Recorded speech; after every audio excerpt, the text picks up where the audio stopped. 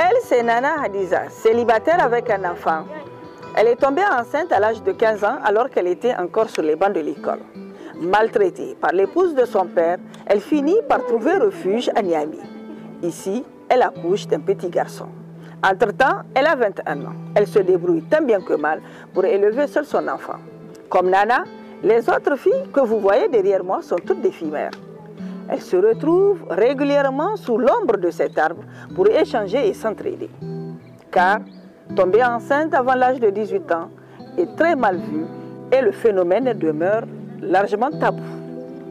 Heureusement, en août 2019, le gouvernement a œuvré pour que les filles, même étant enceintes, puissent poursuivre leurs études.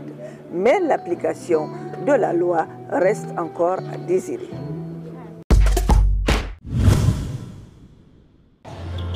Dans les rues de Goma, dans l'est de la République démocratique du Congo, il n'est pas rare de trouver des jeunes filles avec des bébés dans les bras.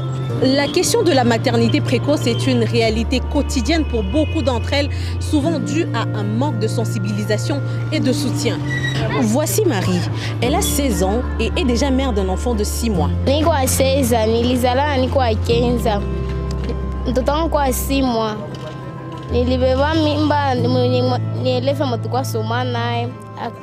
Nani minera mimi akambebesha mimba nilikuwa sijua, nilikuwa sisabia miezi zangu. Sasa nikabeba mimba sikuwa najua, wazazi wangu akaniambia sitoshele mimba nizale hata niko mdogo. Les tabous autour de la sexualité et de la contraception sont très présents en RDC. Beaucoup de parents n'abordent pas ces questions avec leurs enfants, leur laissant vulnérables et mal informés. La guerre et l'instabilité économique poussent également de nombreuses jeunes filles à se tourner vers la prostitution. Cette situation les expose à des risques très élevés de grossesse non désirée et des infections sexuellement transmissibles. Le phénomène de mères adolescentes à Goma est complexe et multisectoriel, mais des efforts sont entrepris. Ce centre de soutien, par exemple, apporte une réponse coordonnée incluant l'éducation, la sensibilisation et le soutien économique aux jeunes mamans. Nous sommes ici chez Malika, une jeune mère célibataire de 22 ans.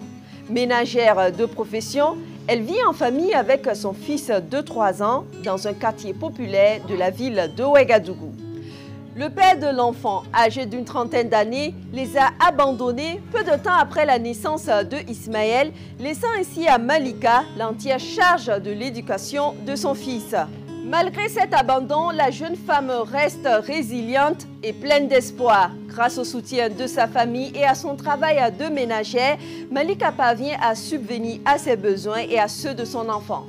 Au Burkina Faso, la législation prévoit que le père biologique doit reconnaître l'enfant et contribuer financièrement à son éducation et à ses besoins quotidiens.